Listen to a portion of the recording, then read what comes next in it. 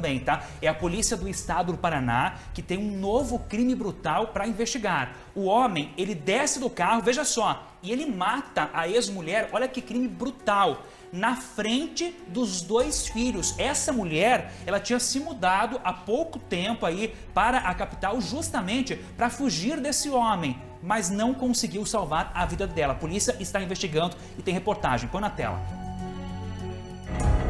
Ao lado dos filhos, Suelen sorri. Foi por eles que ela veio para Curitiba tentar se proteger, tentar fugir do ex-marido, o pai das crianças. O mesmo homem que atirou enquanto um dos filhos implorava pela vida da mãe.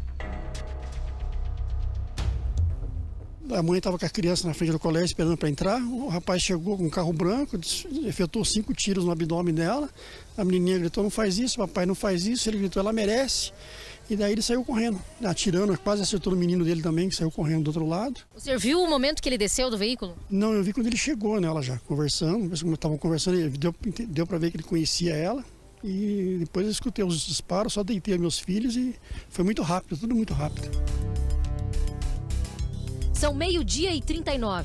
Repare no carro branco estacionado no canto esquerdo. Quando Suelen e as crianças se aproximam do portão da escola, o homem sai do veículo correndo. Uma discussão acontece por alguns segundos. Ele comete o crime. Segundo a polícia, fazia uma semana que Suelen tinha se mudado de Prudentópolis para Curitiba para começar uma vida nova. Ela foi morta quando chegava com os filhos perto do portão dessa escola municipal.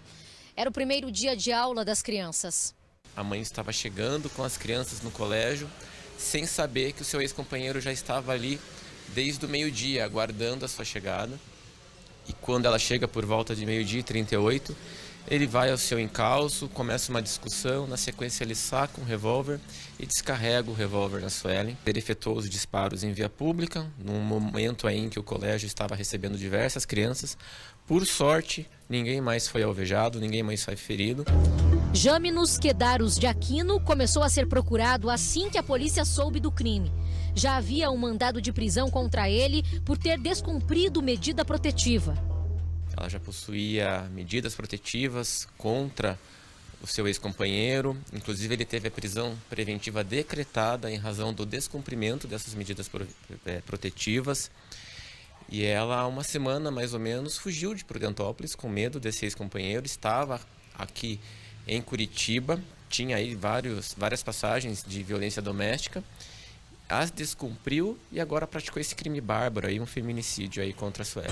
O morador que foi testemunha do crime acolheu as crianças até a chegada do Conselho Tutelar. Advogado e ex-policial civil, Jaminos se aposentou em 2014. Em rede social, o homem postava fotos em tribunal de júri e fotos ao lado dos filhos. Crianças de 8 e 10 anos que viram o pai matar a mãe nesta segunda-feira.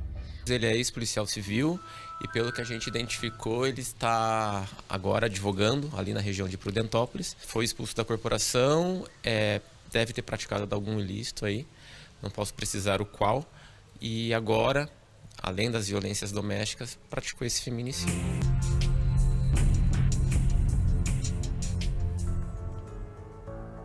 Olha, imagens impactantes, a gente viu aí, inclusive, né, doutora? Essa mulher que estava tentando recomeçar, ela já tinha feito a denúncia, ela tinha a medida protetiva, ela mudou de cidade porque ela não estava se sentindo segura e ela tinha razão, tanto que ela foi para a capital do estado e no primeiro dia de aula dos filhos, essa imagem que é muito impactante e que ela retrata o que muitas vezes a câmera não mostra e para a gente impacta, mas vocês verificam inclusive nas investigações, né? A vítima chegando, nesse caso, na frente dos filhos, as crianças que iam estudar e demora poucos segundos, então não teve uma discussão, nada disso não, ele já chegou e ficou aguardando, inclusive ele queria matar essa mulher com toda certeza, estava armado, não demora nem um minuto para efetuar os disparos e sair. A câmera de segurança mostra exatamente isso. Doutora, medida protetiva é muito importante, de fato, ela funciona na prática. O que mais a gente precisa fazer para garantir segurança dessas vítimas e salvar vidas e evitar que casos como esse se repitam?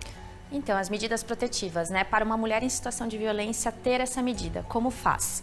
Né? Procura a delegacia de polícia e nós fazemos o registro da ocorrência, fazemos essa solicitação de medidas protetivas, encaminhamos elas já no mesmo momento ao Poder Judiciário, que vai fazer a análise e conceder ou não a medida, né? É uma ordem judicial que vai fazer essa decisão. Qual é a importância da medida? Né? As medidas têm a proibição de aproximação, de contato, né, do agressor com a ofendida, muitas vezes a suspensão de posse, porte de arma de fogo, né, o afastamento do lar, e a partir de então, ao homem, ao agressor que não cumpre essas medidas, tem consequências, que é o crime de descumprimento e a decretação de preventiva, como ocorreu no caso aqui, né, mencionado até pelo próprio delegado da investigação. Então, é importante. E segundo, trazer ao conhecimento do Estado que a mulher está sofrendo que ela está sendo vítima de violência. Porque a partir do momento que chega para a polícia, nós conseguimos inserir essa mulher numa seara de rede de proteção. Né? Aqui em Cascavel, a exemplo, temos o Abrigo de Mulheres, a Patrulha Maria da Penha, além da atuação policial. Né? Levar ao conhecimento também do Poder Judiciário para que essa situação não saia impune. Então, é muito importante que a mulher peça a medida protetiva. A senhora falou num ponto muito importante, que é essa rede de proteção. Isso é de extrema relevância, além da Polícia Civil, que é quem investiga, que é quem consegue punir, inclusive, o agressor, caso ele descumpra essa medida protetiva, esse apoio à mulher, para que ela seja inserida novamente à sociedade e possa voltar à vida normal. Então, por isso que essa denúncia é tão importante, né, doutora? E a gente tem casos aqui de Cascavel e da região, sem falar em dados, onde essas pessoas são presas porque descumpriram a medida? Sim. A decretação de prisão preventiva ela é bastante comum nos casos de descumprimento. Então, é recorrente as prisões por conta de descumprimento de medida protetiva. E aí a gente fala muito da denúncia, comentamos antes, para denunciar um caso de violência. Quando há um caso desse, onde a mulher já fez a denúncia, onde há uma medida protetiva e há um descumprimento, outra pessoa pode fazer essa denúncia também, falando, olha, o sujeito tal tem medida protetiva, essa mulher tem medida protetiva contra ele está desrespeitando, ele está andando armado, ele está fazendo ameaças, como nesse caso de Curitiba. Outra pessoa, um terceiro, também pode procurar a polícia? Pode. Os familiares, os vizinhos que têm conhecimento dessa situação, os amigos podem procurar a polícia e fazer a comunicação de descumprimento de medida protetiva, sim, porque é o que a gente chama de crime de ação penal incondicionada, né? Independe da representação. Então, chegando ao conhecimento da polícia, nós fazemos a investigação.